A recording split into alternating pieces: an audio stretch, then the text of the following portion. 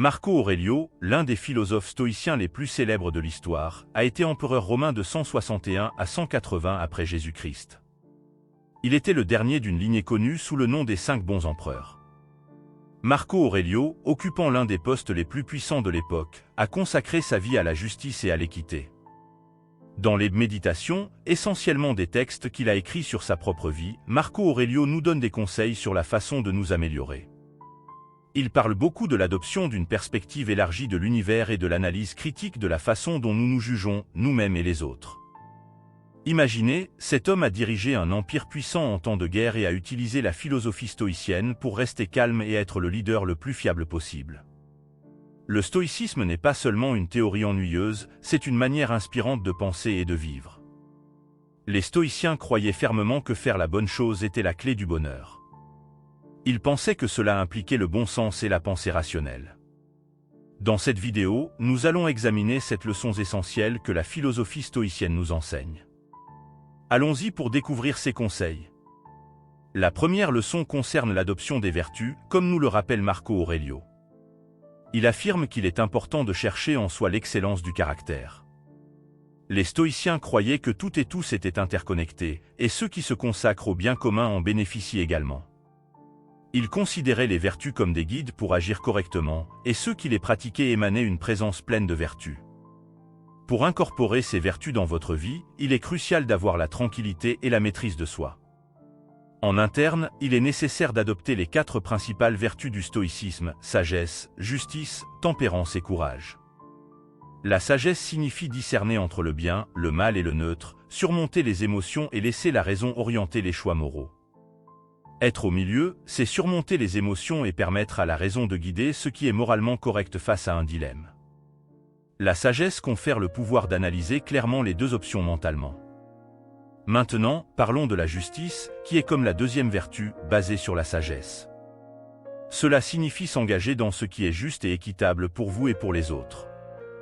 Les stoïciens considéraient cela comme un devoir envers soi-même, envers les autres et envers la société dans son ensemble. La troisième vertu est le courage, qui permet d'agir même en présence de peur. Cela pousse à prendre des mesures pour le bien commun ou à affronter des défis.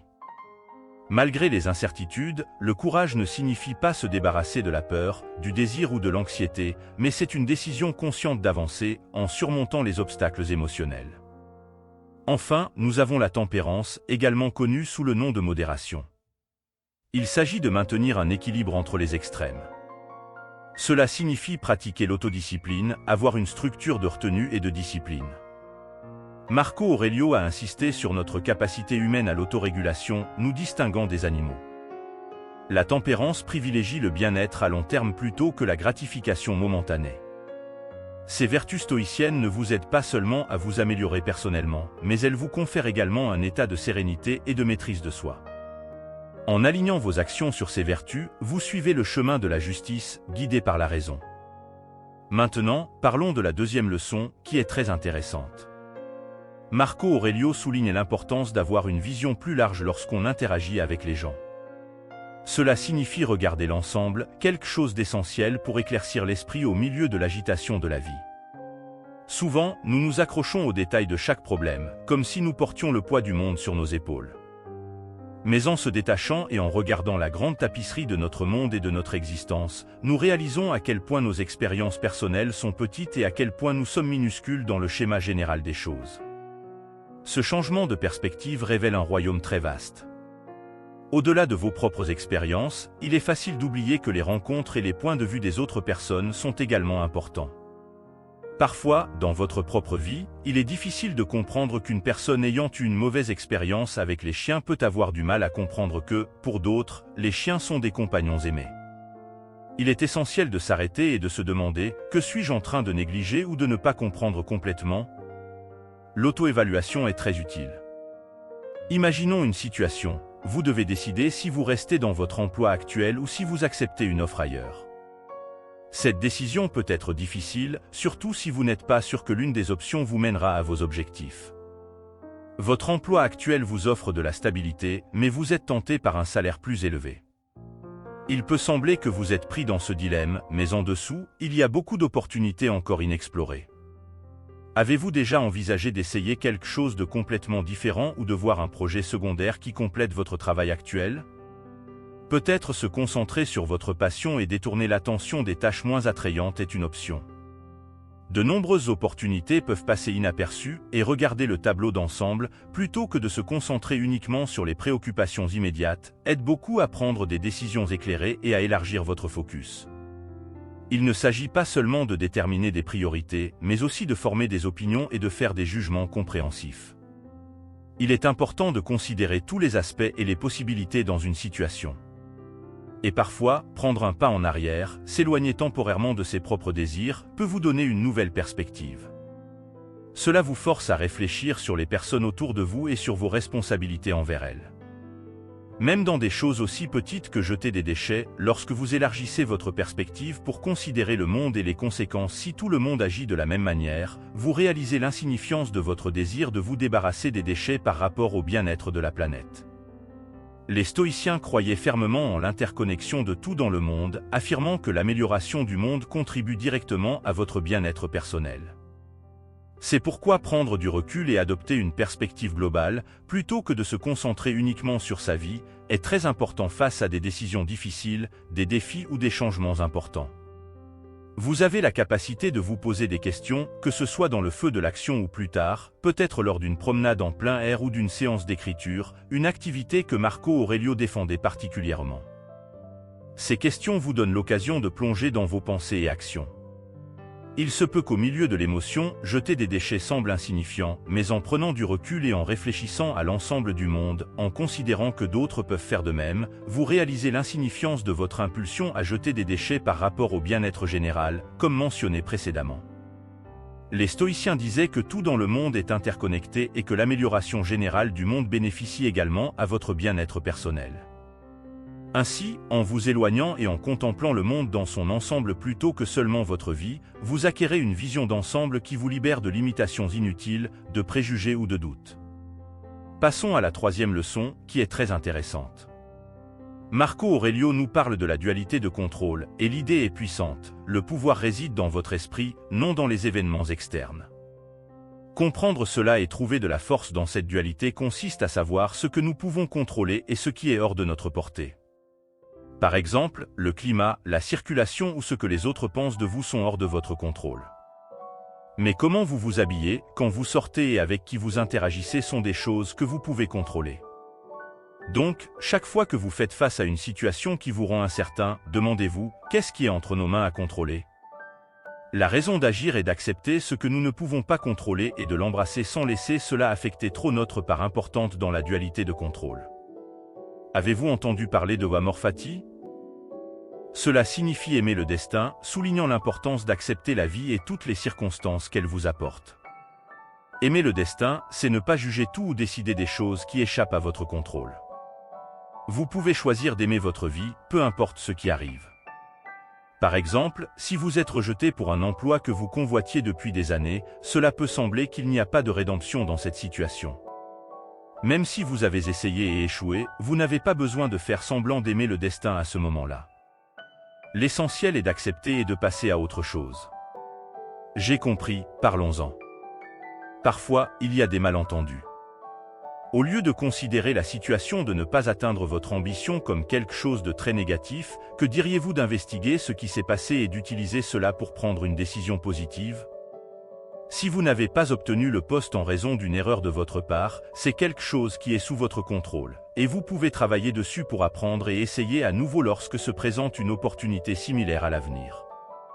Maintenant, si la raison était quelque chose d'externe, comme le népotisme ou un conflit avec quelqu'un dans l'équipe de recrutement, cela n'a jamais été sous votre contrôle. Cela signifie que la chance n'a jamais vraiment existé, et il n'est pas utile de s'irriter pour quelque chose qui n'a jamais fait partie du jeu. Accepter le destin, c'est prendre de la distance par rapport aux résultats externes et fixes du succès. Par exemple, si vous voulez être écrivain et que vous mesurez votre succès par les ventes de votre livre, alors vous laissez le marché dicter votre succès. Mais si vous décidez de mesurer le succès par la satisfaction avec le produit final ou par la quantité d'efforts que vous y mettez, alors vous êtes aux commandes. Bien sûr, donnez le meilleur de vous-même pour atteindre vos objectifs, mais soyez conscient que vous ne pourrez peut-être pas tous les atteindre, et soyez prêt pour cela. Se concentrer sur ce que nous pouvons contrôler et s'engager à accepter ce qui n'est pas entre nos mains apporte une paix intérieure, quelle que soit la situation. Parlons maintenant de la 4e leçon, qui est très intéressante. Marco Aurelio nous conseille de former notre perception des choses, et c'est l'un des grands enseignements du stoïcisme. L'idée est de prendre le contrôle de notre perception, car nous avons l'habitude de juger chaque événement, personne, moment comme bon, mauvais, ennuyeux, amusant, beau, laid, et ainsi de suite. Cette pratique, que nous faisons un peu automatiquement, peut être épuisante et affecter négativement nos vies. Par exemple, si, lors d'une journée difficile, nous qualifions chaque interaction de moment terrible, cela crée une perspective encore plus négative. Et si nous qualifions quelque chose d'ennuyeux, cela finit par devenir le récit de la semaine. Souvent, nous permettons à nos émotions d'influencer nos jugements, ce qui les rend moins rationnels. En outre, notre habitude d'utiliser de nombreuses métaphores et exagérations, comme dire qu'une rupture amoureuse a brisé notre cœur plutôt que de comprendre que les sentiments ont changé, finit par façonner nos émotions, pas l'événement lui-même. Ce qui nous fait sentir mal n'est pas l'événement, mais la façon dont nous choisissons d'y penser, souvent de manière inconsciente. En revanche, les stoïciens encouragent à être plus prudents en montrant tout ce que nous rencontrons et les actions que nous entreprenons. Parlons d'une façon cool de prendre soin de soi, remettre en question vos jugements. Cela signifie regarder de plus près et au-delà de votre première impression. C'est avoir la capacité de mettre de côté cette première idée et de voir les choses de manière plus optimiste et raisonnable. Par exemple, si vous pensez qu'une fête sera ennuyeuse, pourquoi ne pas la considérer comme une opportunité de découvrir un nouvel endroit et de rencontrer des gens différents ? Même si à la fin vous ne vous connectez avec personne, au moins vous n'êtes pas entré en attendant le pire. Ainsi, pratiquer cela, retenir un peu le jugement immédiat basé uniquement sur la première impression et les émotions, est une excellente façon d'entraîner la manière dont vous abordez la vie. Chaque fois que vous avez une opinion sur quelque chose, essayez de remettre en question. Cela a-t-il du sens vraiment ? Comment en suis-je arrivé à cette conclusion ? Y a-t-il une manière meilleure ou plus positive de voir cela ? Marco Aurelio disait que les dommages n'existent que si nous les percevons ainsi. Cela signifie que les expériences difficiles que vous traversez semblent plus difficiles et négatives plus vous les percevez de cette manière. Vous avez un contrôle total sur l'impact que certaines choses ont sur vous. Et ces situations compliquées, que les stoïciens suggèrent que nous voyons comme des opportunités ou des sources de choses positives. Comme un exercice pour créer une perspective plus sereine. C'est comme si nous entraînions l'esprit à voir le bon côté des choses, même dans les situations les plus ennuyeuses. Parlons d'un défi intéressant appelé de contourner l'obstacle. Imaginez que vous ayez un nouveau collègue qui apprend un peu plus lentement, et ses erreurs affectent les profits de l'entreprise. Cela peut être un peu frustrant, non ? On dirait que ce collègue entrave ce que vous essayez d'accomplir en termes d'efficacité, d'efficience et, bien sûr, de profit. Maintenant, la partie intéressante est que cette situation peut être une opportunité déguisée. Considérez cela comme une chance de pratiquer la patience et d'améliorer vos compétences en leadership. C'est une opportunité d'apprendre à intégrer de nouvelles personnes dans l'entreprise et de gérer des moments stressants. Toutes ces compétences vous seront utiles à long terme et, croyez-le ou non, contribueront à augmenter les profits à l'avenir. Marco Aurelio, dans ce contexte, a dit quelque chose de très intéressant. Ce qui empêche l'action devient l'action, ce qui est sur le chemin devient le chemin. En résumé, au lieu de juger tout de manière exagérée, il vaut la peine de prendre du recul et de regarder les choses de manière plus objective. Vous pouvez réaliser que la vie est plus simple et claire que vous ne le pensiez, et que chaque situation a à la fois un côté positif et négatif. En ajustant votre mentalité, vous découvrez que les tracas passés ne vous dérangent pas autant, et vous abordez les leçons de la vie plus facilement. La 5e leçon concerne le contrôle de vos émotions. Marco Aurelio nous met en garde contre le fait de laisser les émotions prendre la place de la raison. Il est temps d'arrêter d'agir de manière impulsive, d'être hypocrite, égocentrique ou en colère simplement à cause des émotions.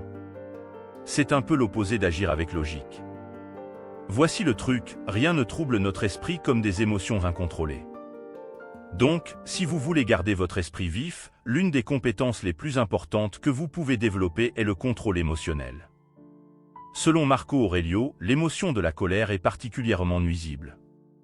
Contrôler les émotions ne signifie pas les réprimer. Lorsque vous ressentez une colère intense, comme après une trahison, il est inutile d'essayer de la cacher à vous-même ou aux autres.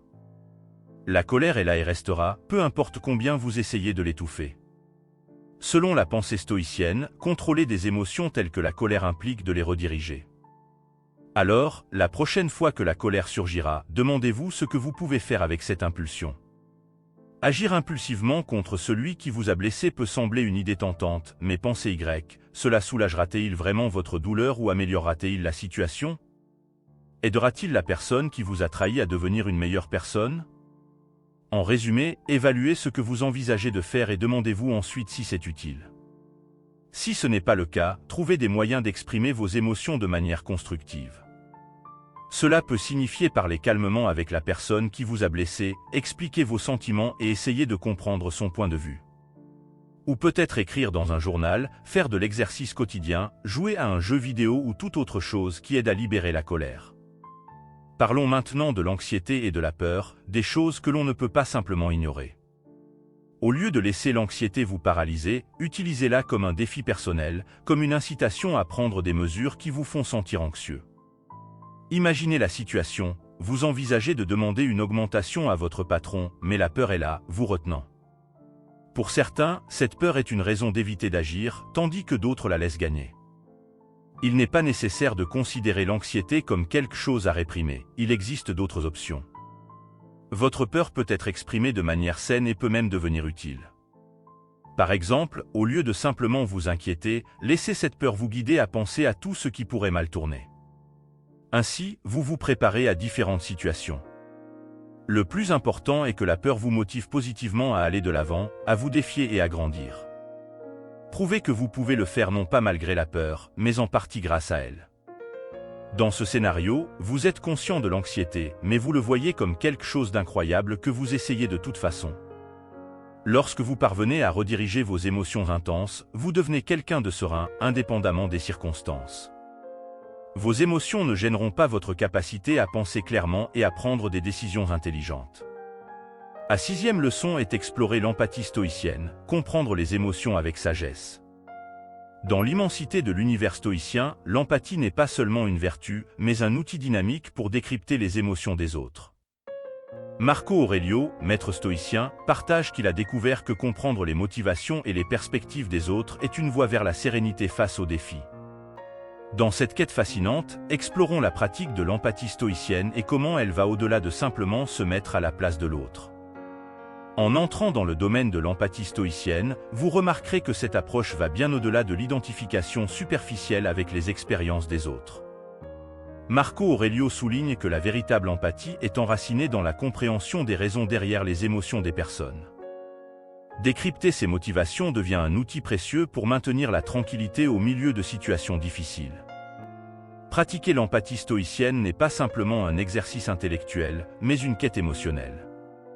En vous consacrant à la compréhension des sentiments et des pensées des autres, vous construisez une connexion plus profonde et significative avec les personnes autour de vous. Cette pratique renforce non seulement les liens interpersonnels, mais contribue également à une compréhension mutuelle plus riche et harmonieuse. L'empathie stoïcienne émerge comme un socle solide pour une vie émotionnelle équilibrée. En plongeant dans la perspective des autres, vous développez une capacité unique à faire face aux complexités des relations humaines. Apprendre à voir les émotions des autres enrichit non seulement votre propre quête émotionnelle, mais élève également la qualité des relations que vous construisez tout au long de votre vie. Dans ce contenu, nous explorerons des pratiques concrètes de l'empathie stoïcienne, offrant des perspectives précieuses sur la manière d'appliquer ces enseignements dans votre vie quotidienne. Soyez prêts à découvrir les couches les plus profondes de la compréhension émotionnelle et à transformer votre quête personnelle grâce à la puissante pratique de l'empathie stoïcienne. La septième leçon est les défis comme trampolin, votre chemin vers la croissance personnelle. Les stoïciens, avec leur vision unique, croyaient en l'art de transformer les défis en opportunités réelles de croissance. Marco Aurelio, suivant cette perspective inspirante, vous encourage à considérer les adversités comme des trampolins pour l'amélioration personnelle. Au lieu de vous sentir vaincu face aux obstacles, voyez-les comme des invitations à renforcer votre résilience émotionnelle. En adoptant cette mentalité, vous surmontez non seulement les difficultés, mais émergez également plus fort et prêt pour les défis futurs. Dans cette quête de transformation, explorons l'art de convertir les moments difficiles en opportunités enrichissantes. Découvrez comment les stoïciens considéraient les obstacles comme des marches vers le progrès personnel. Chaque revers devient une chance d'améliorer vos compétences de confrontation et de développer une mentalité robuste. Le message est clair, la vie est pleine de défis, mais c'est dans ces défis que réside le potentiel de croissance exponentielle. En embrassant la philosophie stoïcienne, vous serez guidé pour faire face aux revers avec une mentalité d'apprentissage. Transformer les obstacles en opportunités n'est pas seulement une stratégie de survie, mais une approche proactive pour prospérer au milieu de l'adversité. Explorons, de manière pratique, comment appliquer ces principes à votre vie quotidienne. Comment transformer une crise au travail en une opportunité de développer des compétences en résolution de problèmes? Ou comment faire face à un revers personnel comme une opportunité de renforcer les liens interpersonnels? La capacité de transformer les défis en opportunités est un outil puissant, et ce contenu fournira des perspectives précieuses pour libérer ce potentiel dans votre quête personnelle. Préparez-vous à redéfinir la façon dont vous abordez les obstacles, en transformant chaque défi en un trampoline pour la croissance et la réalisation personnelle. Partagez cette vidéo précieuse pour aider d'autres personnes comme vous et moi. N'oubliez pas de cliquer sur le bouton s'abonner si vous ne l'avez pas déjà fait. Un grand merci du fond du cœur de faire partie de notre communauté. Devenez membre de notre chaîne pour me soutenir. Ne manquez pas la prochaine vidéo, elle pourrait changer votre vie.